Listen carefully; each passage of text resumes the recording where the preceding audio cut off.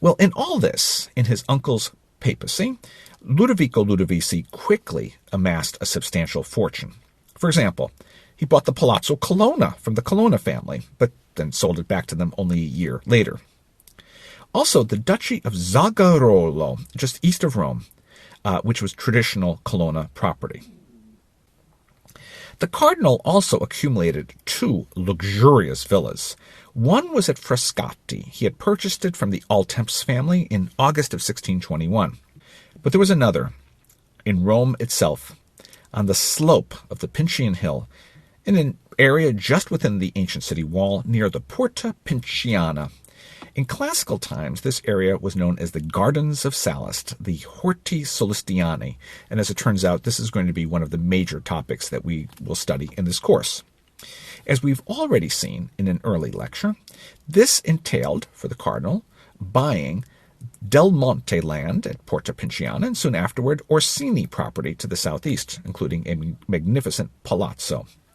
And this area, with its venerable history going all the way back to the Roman Republic, well, this served as the basis for an enormous cultural project on the part of the Cardinal. For his new villa in Rome and its restructuring, well, Cardinal Ludovico Ludovisi commissioned the leading architects of the day, such as Carlo Maderno, who had designed the imposing facade of St. Peter's, as we've seen. Well, the Pope, Gregory XV, and his nephew, Cardinal Ludovico Ludovisi, well, they served as a veritable magnet for artists from their native city, Bologna. These artists included Domenichino, Guercino, Valesio, Guido Reni, Agostino Tassi, Giovanni Lanfranco. And so Cardinal Ludovico Ludovisi, as we're going to see in a subsequent lecture, played a major part for introducing Bolognese perspective painting to Rome. The villa also featured extensive gardens, laid out in its first incarnation by Monsignor Giovanni Battista Agucchi, a very, very important tastemaker of the day, and also Domenichino himself. And even in its earliest stage, the gardens were designed in such a way that avenues, I think you can call them avenues, that converged on the highest vantage point of this estate, from which there was a breathtaking view of the city. And indeed, the Casino Aurora, which was one of the two major buildings of the new Villa Ludovisi, was really the second highest point in Rome, the highest point being the top of the Acqua Paola on the Gianicolo Hill, but you can hardly climb up to the top of that. One purpose of the Villa Ludovisi in Rome was to house the Cardinal's growing collection of classical sculpture and incredible antiques. And this included several classes of items. First, items that were discovered on the site during the work of renovation, as well as purchases from other private collections, and the most notable being the collection of Cardinal Bartolomeo Chesi. Well, of the 450 or so sculptures in the Cardinal's original collection, and we have great inventories of the Cardinal's art collection from both 1623 and 1633, well, the sculptures still in family hands still numbered over 330 in the year 1880, when one Theodor Schreiber visited the Villa Ludovisi and compiled the first scientific catalog. Now, for a good example of an item that was discovered on the site during the work of renovation, well, there's a sculpture that will be familiar to many, the Dying Gaul, which is now housed in the Capitoline Museums, but well, actually in the year 2013-2014 is in the United States on loan to the National Gallery in Washington, D.C. Also, this sculpture, the Suicidal Gaul. These are examples of the Pergamene school of sculpture that flourished in Asia Minor during the Greek Hellenistic period. Now, for a good example of an item purchased, well, here is this pan, long attributed to Michelangelo. And here's a clip in which I'm at the Casino Aurora talking about the sculpture as it is today in situ. We're here at the last real remnant of the great villa that Cardinal Ludovico Ludovisi formed in 1621. And this is the Casino Aurora. And this building and its surrounding grounds, still still a Bone Compagni Ludovisi home, really is the last vestige of this massive estate, this massive villa within the walls of Rome that Cardinal Ludovisi formed in the early 17th century.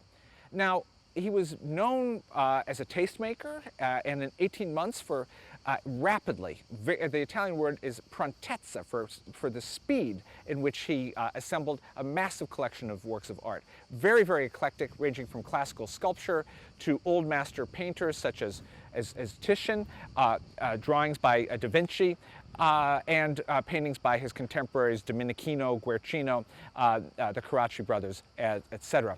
But there's perhaps nothing that shows the eclectic nature of Cardinal Ludovico Ludovisi's taste in collecting art than this statue behind me, which attributed to Michelangelo, was attributed already in 1623, probably an early work by Michelangelo because it is complete. The subject matter is that of a pan. The technical category to which I'd ascribe this sculpture is, I'd call it an ithyphallic pan. Ithyphallic because of its erect penis. And the statue, for much of its existence, was an outdoor sculpture.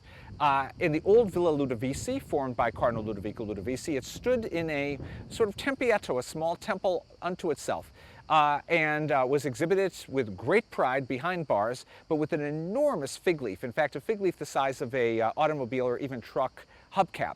It was moved from that location in 1885 on the dissolution of the Villa Ludovisi to this location. However, the Boncompagni Ludovisi, obviously still a bit uneasy about the subject matter here, grew a tree in front of the genitalia of this sculpture. That was removed happily sometime in the last 15 years or so, and beautifully restored in 2009. And so you can admire this extremely unusual work that Ludovico Ludovisi highly, highly prized in all its glory today. Now, some artworks came as gifts. To gain his goodwill, Cardinal Scipione Borghese, of all people, gave to Cardinal Ludovico Ludovisi this marble sculpture of Pluto carrying off Persephone. It's an acclaimed masterpiece of Gian Lorenzo Bernini. It remained with the Boncompagni Ludovisi family until the earliest 20th century, and however, today it is housed in the Galleria Borghese. Well, as a result of all this, in a short time indeed, Cardinal Ludovico Ludovisi emerged as a tastemaker of the first rank during the Baroque era. He filled his Villa Ludovisi with a truly eclectic mix of works of art from the Greek, Roman, Renaissance, and his contemporary period, that is the Baroque. As for the paintings, well, many of the paintings in his collection were dispersed in the course especially of the later 17th century. But the sculptures remained largely as a group until the end of the 19th century, and most of the most important ones can be found in Rome today. These include the Ares Ludovisi, or Mars Ludovisi, the so-called Electra and Orestes, and also the Juno Ludovisi. We'll have a tremendous amount to say about this sculpture, but these are all in the Altemps Museum in Rome today. Well, in 1626, after the death of his uncle, Cardinal Ludovico Ludovisi hired Alessandro Algardi to start a campaign of restoring damaged sculpture. And though Cardinal Ludovisi died prematurely in 1632, Algardi continued to work on the sculpture, and he was aided also by Bernini. And as we shall see in this course, the Villa Ludovisi soon took on a much larger cultural importance. For the next 2.5 centuries, after the Cardinal's death, it was a must-see stop on the Grand Tour. And the Villa Ludovisi attracted as visitors Winckelmann, Goethe, Stendhal, Nathaniel Hawthorne, Henry James, to name just a few of those who've left their detailed written impressions. And there's numerous depictions of the villa that have come down to us, ranging from views by Falda, Piranesi, Vasi, and others. And in fact, new ones seem to be coming out of the woodwork all the time, especially from artists' sketchbooks of the 17th, 18th, 19th century, but also the family's own photographic campaign of 1885 that captured the property as it looked just before it was handed to developers. And we'll be looking at this at extreme length later in the course.